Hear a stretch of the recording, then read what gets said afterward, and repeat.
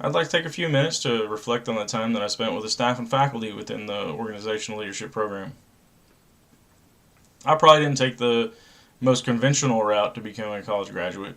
In fact, I think it'd be safe to say that I took the least likely route, and that as I finish up my college education, I'm wrapping up a 20-year career in the Air Force. I'll be retiring in June of next year, moving on to the next chapter of my life, whatever that may look like. The future does look bright, with a bright and shiny degree from Texas A&M. The organizational leadership curriculum was very similar to the leadership courses I have been in the military. The thing I enjoyed the most about this entire curriculum was the ability to compare and contrast what's being done in civilian organizations and what I do and how I can apply the lessons learned every day in my job as a leader. I was able to learn a little bit more every day through the coursework throughout this program that included the behavioral ethics and leadership, data-driven decision-making, leadership theories, and leading change that culminated into the capstone course. I enjoyed behavior ethics and leadership because it made you put into words the right way to treat people. I don't recall if it was in the first or the second part of the class.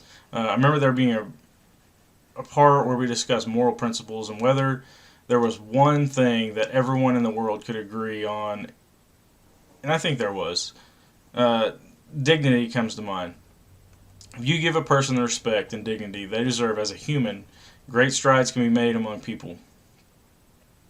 They're more willing to be open and negotiate, or even collaborate depending on the situation. Most people have good morals and want to learn about people and where they come from. I'd say my favorite part of the curriculum was the two-part data-driven decision-making course. I hadn't been exposed to that level of data analysis even in my current job where a lot of things are driven strictly by metrics. We talked quite a bit about KPIs throughout the first part, which I also had never used and heard of, and that was very interesting. As we started the second part of the course, we led off with big data, which completely blew my mind. I didn't think I had ever put that much thought into how my phone knew I was heading to the fire station, because it said I was going to be there in 8 minutes. The culminating project we did in the second part was one of the biggest overall projects I'd ever been a part of. The analysis of the raw data, trying to determine what region or country was buying what and what time of year was going to be the most profitable. That was interesting. The coursework in leadership theory was pretty familiar territory for me, and as we went over some of these particular things pretty in depth when I was in professional military education leadership courses. I was able to expand beyond the military application a little bit when looking into some of these theories, though. For example, the situational contingency leadership theory was very interesting due to the changes we were undergoing as a culture and a society.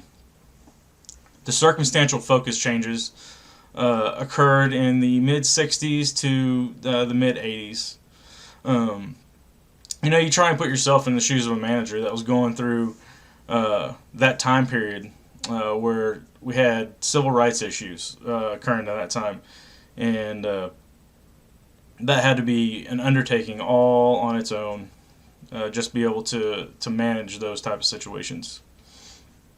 And then towards the end of that period, a lot of the high technical organizations were moving to electronic devices that they were calling computers. They were developed to compute, but many organizations were having difficulty trusting them because of how easy they made the process seem.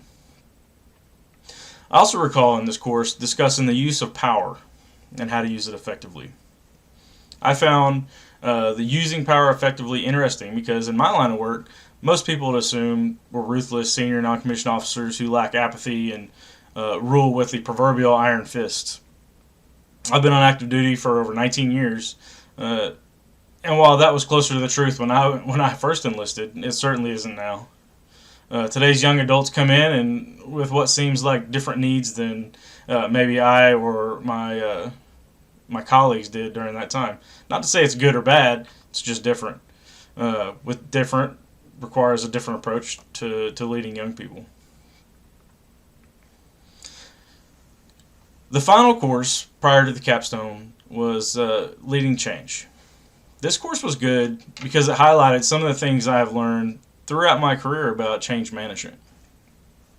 Another thing I was able to learn was the difference between group task functions and group maintenance functions.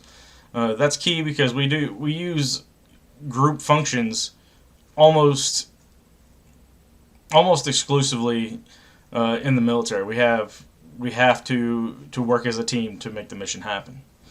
You know, the difference being group task functions are simply things that help the team achieve a task, whereas group maintenance functions are behaviors that help the team grow and improve relationships of the team, the overall team functionality. Additionally, beyond change management, I learned how different theories in change management and which ones were the most effective. After learning several of the major leadership theories, in my opinion, the transformational leadership style is the most critical one in organizational change in the 21st century, and the most difficult to master, quite frankly. With the fast-moving and ever-changing society that we live in today, it only makes sense to have a leader that can do just that. A transformational leader must transform and adapt to a myriad of situations that a leader would encounter in any given day with any of his or her employees. So, I'd like to conclude first and foremost by saying thank you to the faculty of Texas A&M-Commerce for their help in helping me achieve this challenging endeavor. I couldn't and wouldn't be here without that.